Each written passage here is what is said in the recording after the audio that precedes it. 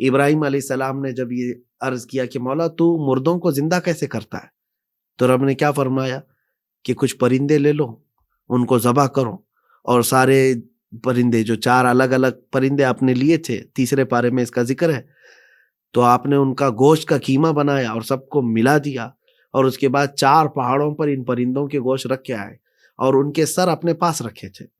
یہ واقعہ ہے تیسرے پارے میں. اور پھر حضرت ابراہیم علیہ السلام کو یہ اللہ کے حکم سے آپ کر رہے تھے.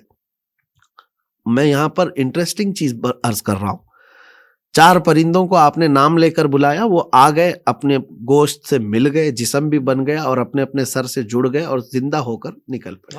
ابراہیم علیہ السلام کا اللہ کریم کی بارگاہ میں سوال تھا کہ میں دیکھنا چاہتا ہوں، تو اللہ نے قدرت کا مشاہدہ کروایا. لیکن کون سے پرندے تھے آپ کو پتا ہے؟ 4 پرندے جو لیے تھے. یہاں صوفیہ اکرام کی بات بڑی انٹرسٹنگ ہوتی ہے. ان میں سے ایک مرغا تھا، ایک کوا تھا، ایک کبوتر تھا، ایک مور تھا. چاروں نام ذہن نشین کریں، اس میں حکمت ہے.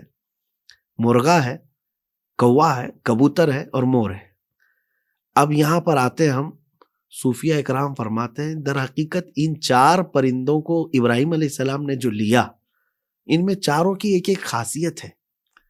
مرغا شہوت میں بہت زیادہ ہے، کوا لالچ میں بہت زیادہ ہے، اس کے اندر یہ برائی ہے.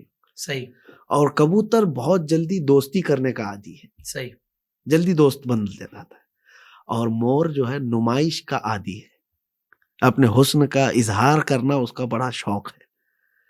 تو فرماتے ہیں سبع سنابل شریف میں یہ بات ہے کہ در حقیقت یہ 4 پرندوں کا ذبح نہیں تھا، بلکہ شہوت کو ذبح کرو، اللہ اکبر، لالچ کو ذبح کرو، واہ جی واہ، اور یہ ایرے غیرے کی دوستی کو ذبح کرو، اور نمائش کو، ریاکاری کو ذبح کرو.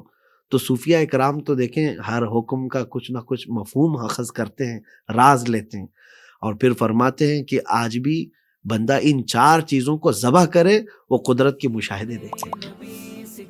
زندگی کے تمام شعبوں میں دینی رہنمائی حاصل کرنے اور آخرت کو بہتر کرنے کے لیے ہمارے YouTube channel Islamic digital studio کو سبسکرائب کر لیں اور بیل آئیکن بھی پریس کر لیں. قرآن سے بھی ملاتا ہے